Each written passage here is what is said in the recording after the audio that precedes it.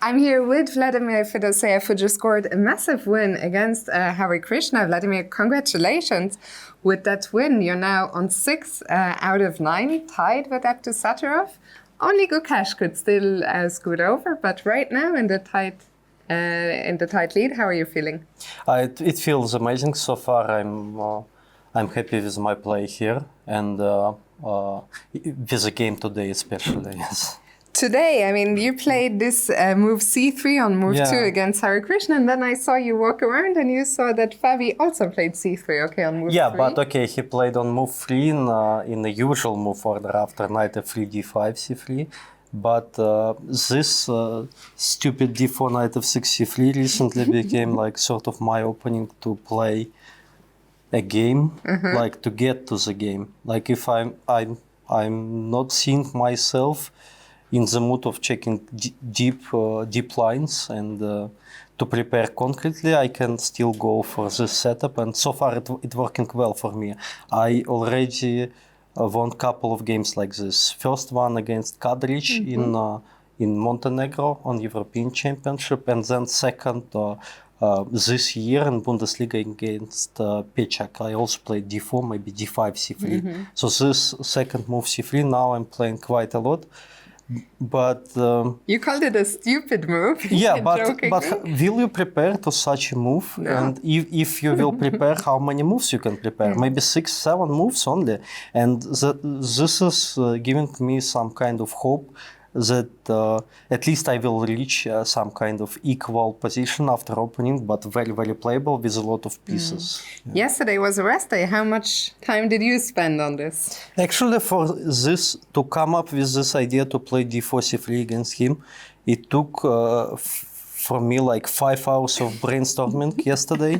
It was super annoying because I couldn't find any idea how to play against him. Yeah. He's so solid in all openings. I checked his games in 2024. He lost only once to Ivan Cheparinov out of maybe 30-35 classical games. And in this game, he lost in Berlin endgame. So, yeah. Completely unforced, yes.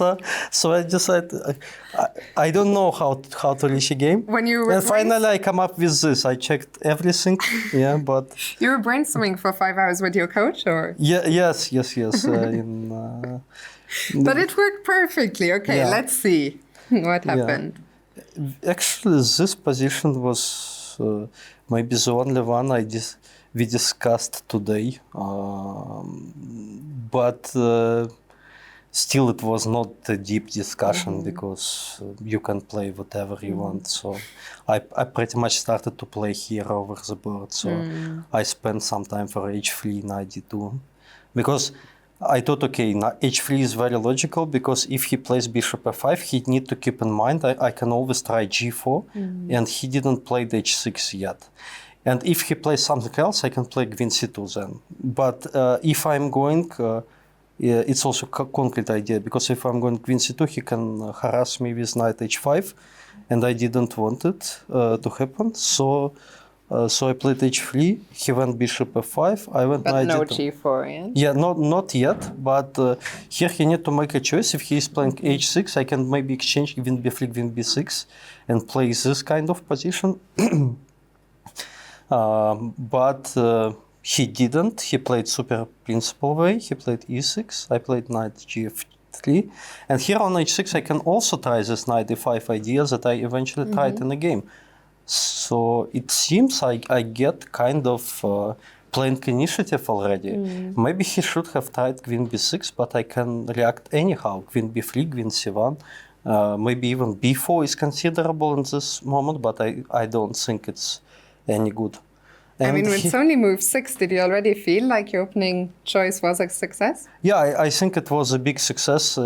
Position is super playable, very, very complicated. But I understood the importance of next maybe 5 moves will be super high, because I need somehow to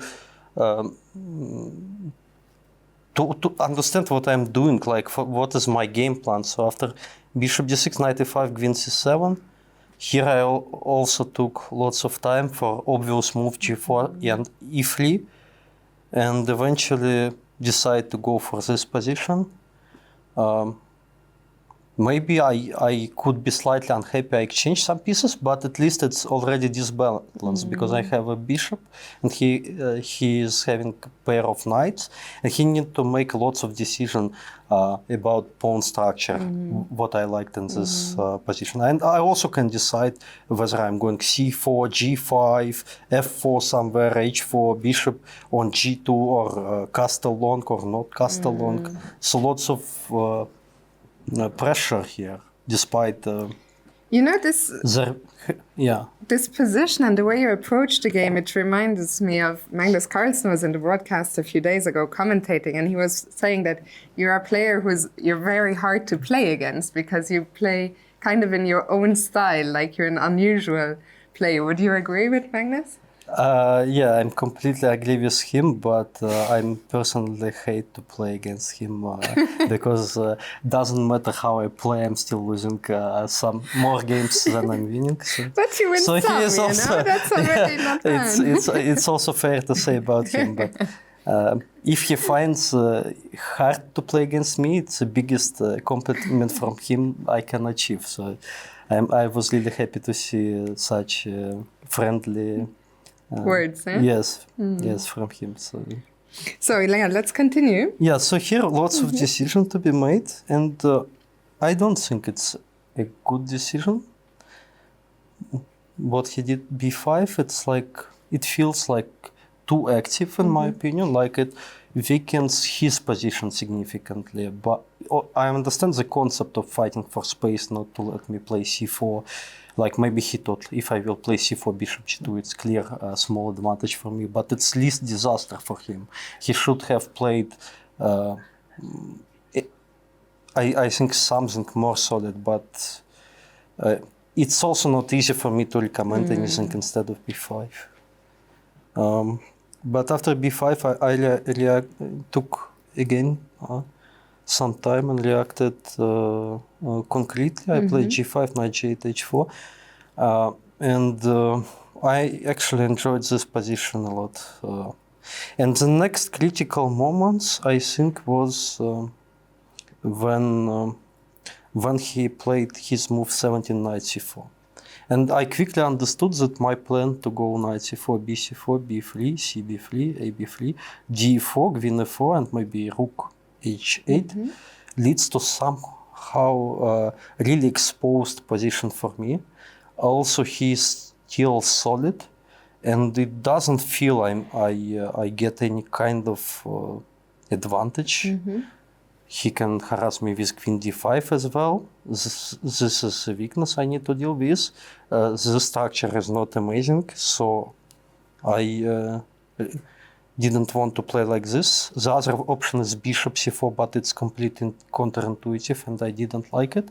And because he can play maybe b takes c4, and like all the same, or even he might try something wild like e5, queen g3, and maybe f6, I don't know. So I don't know, actually. After e5, maybe queen g3 is working, but I was afraid he can find something concrete, yes. So I decided to go a4, and it was super concrete move, because I calculated the variations that happened in this game already when I played a4.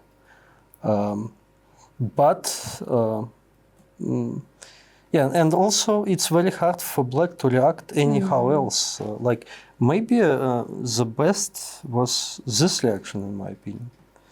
At least I need to choose. Maybe I'm going queen g3 immediately. We're exchanging queens. I'm going to endgame. I'm playing ed and then grabbing pawn on a4. This was my plan. But how much is this? I was not sure. So you think b4 was quite... And b4 was, it's maybe best try, I don't know.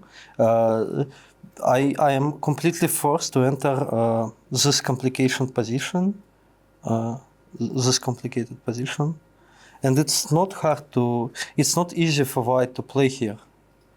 It's lots of hard decisions to be made. But for both sides, right? Very soon black also had some problems with his king. Yes, but maybe here he can pretend he can construct some kind of fortress, like by playing king d7. So I don't like his move knight h4. I was not sure what I would do on move like king d7 here. I thought it should be some advantage for me, at least I'm material up, I should not have a lot of risk in my position, but what to do, I was not sure. Maybe like king d7, maybe something like rook d3, he can even try moves like c5, and like I saw such endgames, and that in human practice they are sometimes turning to be really, really good for black, like at least practically, because he can.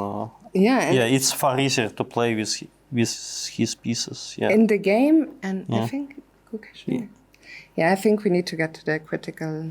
Let's. We will edit it. Yeah. So let's see. So I was happy with rook a3 because then I can play this queen c6. Yes, and from afar, I calculated till this moment and missed the brilliant defense knight d4, which was working in my opinion. This is a draw. Did you just spot it yourself afterwards? I spotted it during the game, actually, not afterwards. After and he can make a draw, maybe anyhow. I don't even think. Maybe even queen g5 he is making a draw. I don't know. Maybe queen g5 he is possible to continue even with 5 pawns against rook. I don't know. That would be insane. An insane position. This is completely insane because after knight d4 game turns in a way. I'm not pretending for anything, and it's like a draw because I couldn't find any kind of deviation from king d4 here, and I was unhappy like that I went to this position. But when he played, then in the game, it seemed like he lost the thread a little bit, and he was struggling to find a plan, right? No, he probably missed knight d4 completely. Like he missed after king d4, he didn't found defenses after maybe queen b4, king d3, queen e4, king d2, something like this. Then he evaluated it's not working, and he probably didn't check queen f2, and quite fast. Like he went knight e7. You can see his strategy during the game was to play fast, and he went knight e7 in 7 minutes.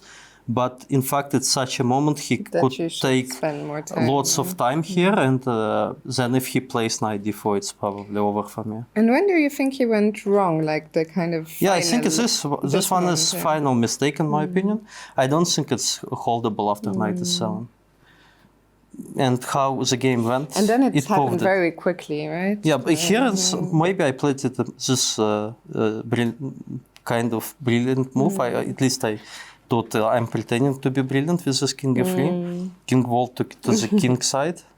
Safety, yeah? Yeah, and then maybe I played good enough to win, but I think it's probably multiple ways to win in this position. So knight d4 was absolutely crucial for him, and he should have spent like all his time to figure out if it's working. Because if it's working, he's just holding immediately. Yeah. Vladimir, a fantastic win, a fantastic score. 4 games to go. So we wish you the best of luck. Thank you so much for stopping here, for sharing your thoughts, and congratulations on a great win. Thank you so much.